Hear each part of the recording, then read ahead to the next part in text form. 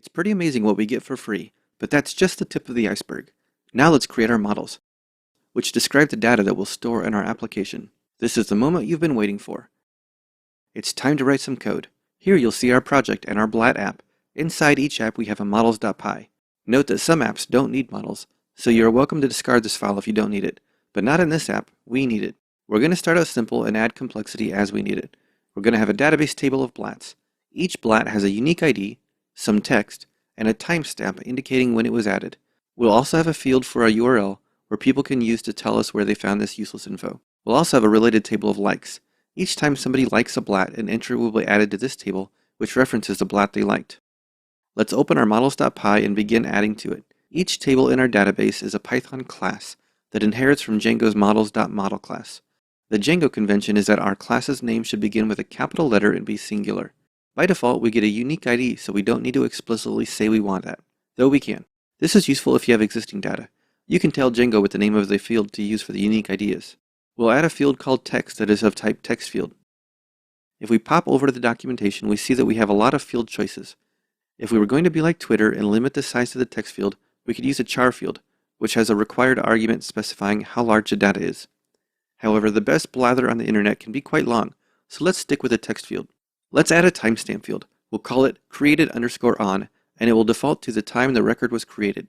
We do that by passing in the named argument auto_now_add equals true. If we want the timestamp to update when it's edited, we can also say auto_now equals true, but we don't need that. Lastly, we'll add a URL field called via to use as a reference. This field is optional, so we'll pass in the blank equals true statement. Note that on some databases, it is also necessary to specify null equals true. This will store a null value in the database if that is required.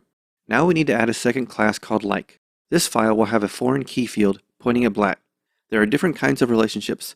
Foreign key is simple and common. Check the docs for more info on foreign keys, many-to-many fields, and one-to-one fields. Before we move on, let's go back to our Blatt model. I foresee a common task of wanting to know how many people have liked our Blatt. We can do that by adding a model method. Because like has a relationship to Blatt, we can get details about that relationship in either direction. When making a backwards relationship, we refer to self, model name underscore set. So we'll simply create a method called total_likes that returns self.like_set.count. That's it. Save your changes. If you were to test this now, you'd have a couple problems. One is, you wouldn't see the listed field in the admin interface, because we need to do two things to tell Django this app and its models exists. Also, we'd have to create the database structure. Let's start by telling Django about our app. In the blather folder, you'll see a settings.py file. Open this and look for the code for installed_apps. You'll see this is a list of strings. We need to add a reference to our app, so use Blatts in quotes. Save this and close the file. Now we have to tell Django admin interface about our models. We do this by opening admin.py in our app. This file isn't too exciting yet. The first thing we'll do is import our new model. At the top of the file, type from blatts.models import Blatt. We can also import like, but since we have a model method to keep track of likes, I don't see a great need to manage it in the admin interface. With our Blatt admin interface, we have two options. We can keep it simple and just let Django use its default options for showing this model in the admin area.